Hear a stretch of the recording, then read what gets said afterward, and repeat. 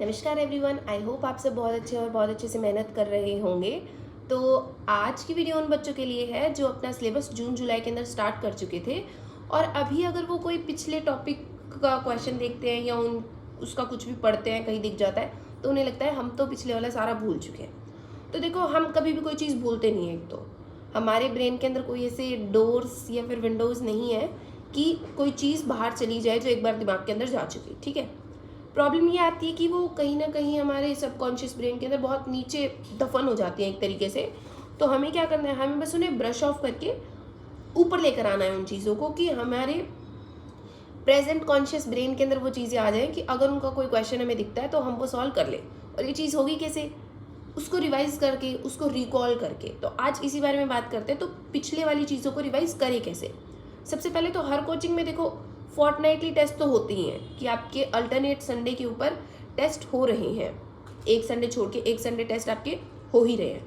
अब आपके साथ ये तो होता ही होगा कि जिस संडे को आपका टेस्ट है उस संडे को तो आप बहुत अच्छे से मेहनत कर रहे हैं, बट जो संडे आपका फ्री है, जिस संडे को आपको कोई टेस्ट नहीं है, आपका वो पूरा वीक ही बहुत ज़्यादा लो सा जाता है। आप कोई इतनी ज़्यादा बहुत अच्छे से इतना फोकस्ड होकर भी तैयारी नहीं करते हैं।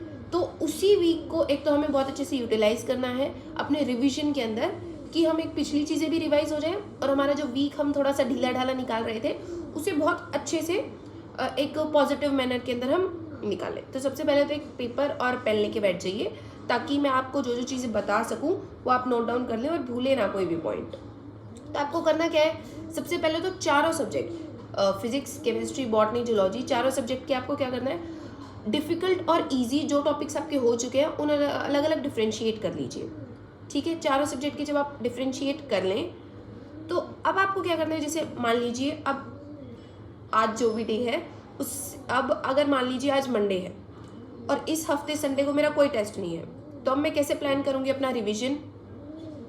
कोई भी दो सब्जेक्ट उठाओ। फिजिक्स के साथ अगर आपको फिजिक्स डिफिकल्ट लगती है तो बॉटनी और जूलॉजी के अंदर जो आपको इजी लगता है आप उस सब्जेक्ट को ले लीजिए और दोनों का पेयरअप कर लीजिए। अभी से पेयरअप कर लीजिए, ये मत कीजिए कि अगली बार मुझे केमिस्ट्री डिफिकल्ट लग रही है तो एक सोच लीजिए फिजिक्स के साथ या तो जूलॉजी या बॉटनी, या फिर केमिस्ट्री के साथ या तो बॉटनी या फिर जूलॉजी। इन दोनों सब्जेक्ट्स का पेयर बना लीजिए। पेयर बनाने के बाद आपको क्या करना है, सभी डिफ़िकल्ट और इजी आपने अलग अलग डिफ्रेंशिएट कर लिए। जो आपको लगते हैं कि ये मुझे डिफ़िकल्ट लगता है, ये मुझे इजी लगता है, ये मुझे एक बार रिवीजन में आ जाएगा समझ, इसके अंदर मुझे थोड़ा सा टाइम लगेगा, इस तरीके से आप इन सारी चीज़ों को डिवाइड कर लीजिए चारों सब्जेक्ट के। अब क्या करना है, अब जो आपका वीक है, अब एक हफ्ते के अंदर 7 दिन तो होते ही है, संडे को आपको अलग रख देना है और जो बाकी आपके 6 दिन हैं अब आपको 4 टॉपिक निकालने हैं। फिजिक्स के 2 और मान लो आपने जूलॉजी चूज़ किया तो जूलॉजी के भी आपको 2 ही चैप्टर लेने हैं। मैं यही कहूँगी कि आप ना फिजिक्स के अभी थोड़े से डिफ़िकल्ट वाले दोनों, या तो आप दोनों डिफ़िकल्ट ले सकते हैं या फिर एक डिफ़िकल्ट एक ईजी ले सकते हैं। जो आपको सही लगता है आप वो ले लीजिए, बट एक डिफ़िकल्ट तो आपको लेना ही है। आपके दोनों ईजी नहीं होने चाहिए फिजिक्स के अंदर, क्योंकि फिजिक्स ऐसा सब्जेक्ट है जो अभी अक्टूबर, नवंबर, दिसंबर इनके अंदर क्या होगा, आपके कॉन्सेप्ट बहुत अच्छे से बिल्ड हो सकते हैं, बट जनवरी के अंदर आपको क्या लगेगा, जैसे ही दिसंबर चला जाएगा जनवरी के अंदर आपको लगेगा कि अब तो कोई टाइम बाकी ही नहीं है किसी चीज़ का, अब तो सारा का सारा टाइम निकल चुका है। तो आपके अंदर एक तो ऐसा लगेगा कि सारा टाइम गया, सारा टाइम गया। तो उस टाइम आप इतने बिजी सा शेड्यूल हो जाएगा कि अगर जो 12th वाले बच्चे हैं उनके तो बोर्ड्स वगैरह आ जाएंगे और जो बाकी बच्चे हैं उन्हें लगेगा कि अभी तो हम एक बार सिलेबस पूरा कर ले फटाफट फटाफट। तो फिर जनवरी के अंदर आने के बाद आप पिछले चैप्टर्स का कोई भी जो आपका कॉन्सेप्ट बचा हुआ होता है ना वो आप नहीं बना पाते हैं इतने अच्छे तरीके से जितना आप अभी कर सकते हैं। तो मैं यही एडवाइस करूँगी कि अभी डिफ़िकल्ट वालों के ऊपर ज़्यादा ध्यान दीजिए ताकि वो भी आपको धीरे धीरे ईजी लगने लग जाए। तो एक फिजिक्स का डिफ़िकल्ट चैप्टर लेंगे, एक ईजी लेंगे, और बायोलॉजी लगभग बच्चों को ईजी ही लगती है और तो 2 चैप्टर आप उसके ले लें। अब आपका जो वीक है उसको आपको इस तरीके से प्लान करना है कि मंडे ट्यूसडे को आपको फिजिक्स ही करनी है। अगर जैसे जो बड़े वाला चैप्टर है वो आपका 2 दिन कंज्यूम कर लेगा तो मंडे और ट्यूसडे को आपको फिजिक्स का एक चैप्टर करना है डिफिकल्ट वाला। वेंसडे को आपको वो जो इजी वाला चैप्टर आपने चूज़ किया है वो करना है। थर्सडे फ्राइडे जो आपके हैं उस दिन आप बायोलॉजी के एक एक चैप्टर कर लें। ज़रूरी नहीं है आप हर एक चीज़ को बहुत डेप्थ के अंदर जाके देखिए, आपको रिवाइज करना है, ठीक है। ये नहीं आप फिर से बिल्कुल एक एक चीज़ को पकड़ के बैठ रहे हैं। आपको ये ढूंढना है मुझे कमी कहाँ लग रही थी और मेरी ये चीज़ अच्छे से मुझे आती थी, तो आपको अपनी कमियों पर अब काम करना है। अब देखो, रिविजन ना आपको एक कन्वेंशनल तरीके से नहीं करना है कि जैसे हर बार हम पढ़ना शुरू करते हैं, जैसे ब्रीदिंग वाला चैप्टर है उसको हम कहाँ से शुरू करते हैं, सबसे पहले तो यही आते हैं कि रेस्पिरेटरी ऑर्गन्स कौन से यहाँ से हमें शुरू नहीं करना है, क्योंकि जब भी हम चैप्टर शुरू करते हैं ना, शुरू का जितने भी टॉपिक्स है, शुरू के जितने भी कॉन्सेप्ट्स हैं वो हर बच्चे के क्लियर मिलेंगे, बट लास्ट तक आते आते जैसे जो ऑक्सीजन हेमोग्लोबिन डिसोसिएशन कर्व है वो बहुत सारे बच्चों का वीक पॉइंट होता है, और जो बाकी जैसे रेस्पिरेटरी रिदम सेंटर वाला जो टॉपिक आता है, ऑर्गन्स वाला जो आता है, डिसऑर्डर्स वाला आता है, वहाँ तक आते आते बच्चा क्या करता है, बिल्कुल ढीला हो जाता है कि अब नहीं, बिल्कुल अपनी डिसिप्लिन को लूज कर देता है कि अब मतलब लास्ट तक आते आते उसे वो टॉपिक्स बिल्कुल डिफिकल्ट से लगने लग जाते हैं। तो हमें अभी करना क्या है, हमें पढ़ना ही पीछे से है, पीछे से ही हमें स्टार्ट करना है कि सबसे पहले हम ये तो ढूंढ ही लें कि इस चैप्टर के अंदर हमारा सबसे वीक पॉइंट कौन सा, सबसे पहले उसी को कवर अप कर लें। अगर आपको ब्रीदिंग वाले चैप्टर के अंदर ऑक्सीजन हेमोग्लोबिन डिसोसिएशन कर्व जो है वो डिफिकल्ट लगता है, तो आप पहले उसी को कवर क्यों ना कर लें। अब आप फिर से शुरू हो गए हैं, शुरू से करने की 2 लंग्स होते हैं, ब्रोंकाई, ब्रोंक्यूल्स, ये सब इनिशियल ब्रोंक्यूल्स तक ये होता है और टर्मिनल ब्रोंक्यूल्स तक ये होता है। ये सब चीज़ें तो आपको पहले भी आती ही थी, तो आपने रिवाइज क्या किया, ठीक है। रिवाइज आपको वो चीज़ों पर ज़्यादा ध्यान देना है जो आपको कम आती थी। तो आपको एक तो सीधा शुरू नहीं कर देना जहाँ से चैप्टर बना रखा है ऑथर्स ने कि इस तरीके से पढ़ना, अब आपको उस तरीके से पढ़ने की ज़रूरत नहीं है, क्योंकि आप फिर से शुरू से स्टार्ट करेंगे और फिर लास्ट तक आते आते आपका मोटिवेशन लूज हो जाएगा, फिर आपके लास्ट वाले टॉपिक्स फिर से वही बिल्कुल वीक ही रह जाएंगे। तो फिर आपको करना यही है, आप वीक वालों को ही उठाएं पहले।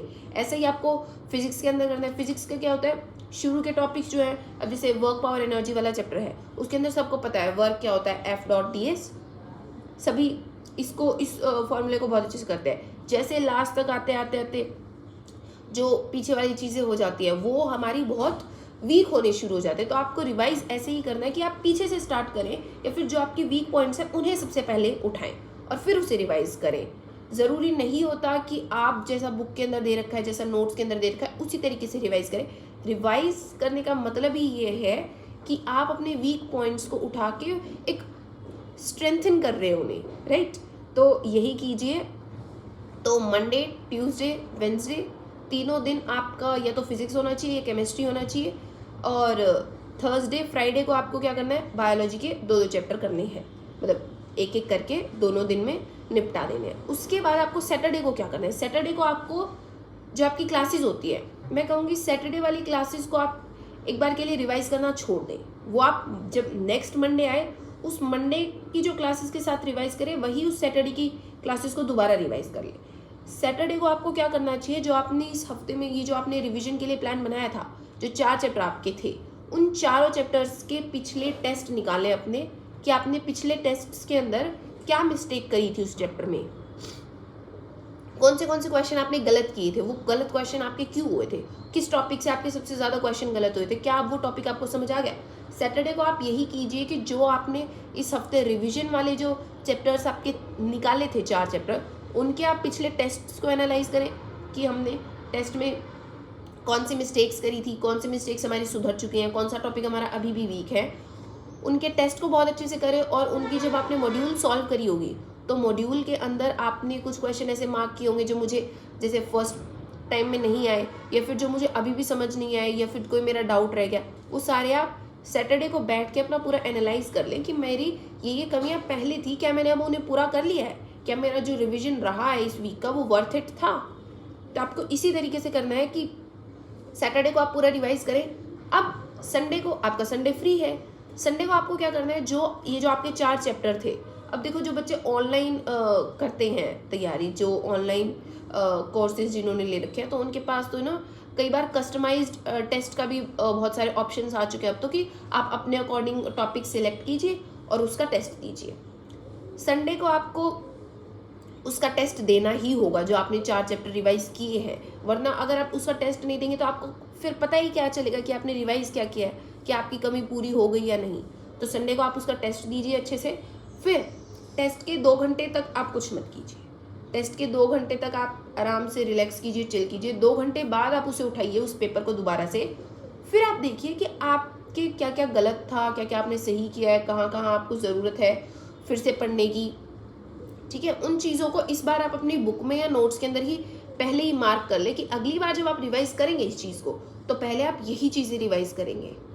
ठीक है, तो इसी तरीके से आपको केमिस्ट्री का भी करना है, फिजिक्स का भी। और अब जब आप रिवाइज करें ना दोबारा, तो एक तो बोल बोल के कीजिए, क्योंकि बोलने से क्या होता है, वो आपके कानों पर भी जा रही है वो चीज़, और आप बोल भी रहे हैं, तो फिर वो 2 इनपुट इकट्ठे जा रहे हैं ना हमारे ब्रेन के अंदर सेम चीज़ के। एक तो आप वो चीज़ बोलते बोलते सुन भी रहे हैं और बोल भी रहे हैं, तो फिर आपका ब्रेन तो ऑलरेडी एक्टिव है ही। तो अगर बोल बोल के पढ़ते हैं तो एक तो हमारी कंसंट्रेशन बहुत ज़्यादा रहती है, और सारी चीज़ें हम एक फोकस्ड मैनर के अंदर ही करते हैं। तो मैं तो यही एडवाइस करूँगी कि आप हर हफ्ते नहीं, मतलब जो अल्टरनेट संडे आपके फ्री हैं उनके लिए आप 4 चैप्टर्स का प्लान बनाइए। मंडे, ट्यूसडे, वेंसडे आप फिजिक्स या केमिस्ट्री के लिए रखिए। थर्सडे एंड फ्राइडे जो होता है आपका, उसके अंदर आप बायोलॉजी कीजिए। सैटरडे को आप सारा एक बार रिवाइज कर लीजिए, पिछले टेस्ट देख लीजिए आपने कहाँ मिस्टेक करी थी।